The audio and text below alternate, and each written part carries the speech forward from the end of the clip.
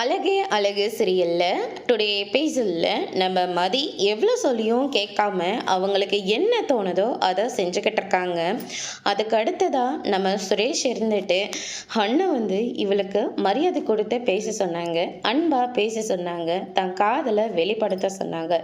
இவளை பார்த்தா எனக்கு கோபம் மட்டும்தான் வந்துக்கிட்டு இருக்கு.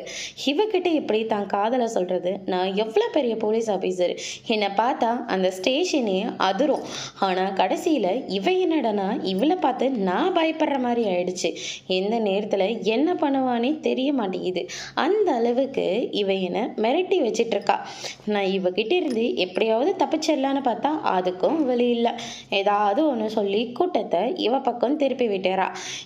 இவளை நம்பிட்டு எல்லாரும் கடைசியில் என்னத்தான் திட்டுவாங்க. அதனால் எப்பாடப்பட்டாவது இவ மனசில் நம்ம இடம் பிடிச்சா மட்டும்தான் மறுபடியும் நம்மளால் காக்கி சட்டியே போட முடியும். அதனால் இவளை எப்படியாவது கொஞ்சம் கொஞ்சமாக மாற்றியே தீரணும் அப்படின்னு சொல்லிட்டு சுரேஷ் முடிவு எடுக்கிறாங்க. அதுக்கு அடுத்ததாக நம்ம மதிக்கு ஒவ்வொன்றும் பார்த்து பார்த்து செஞ்சுக்கிட்டு இருக்காங்க.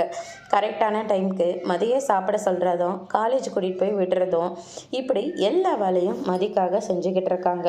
வீட்டில் இருக்கிறவங்க எல்லாருமே மதி பண்ணுறதெல்லாம் பார்த்தோன்னே ரொம்பவே கோவப்படுறாங்க. இந்த வீட்டிலலாம் நாங்கள் சொன்னபடியே கேட்பாங்க, நீ மட்டும்தாம்மா பிடிவாதமாக இருக்க, இதில் பிடிவாதமாக இருக்கிறதுக்கு என்ன இருக்குது அப்படின்னு சொல்லிட்டு மதி ஒரு பக்கம் சொல்லிக்கிட்டு இருக்காங்க.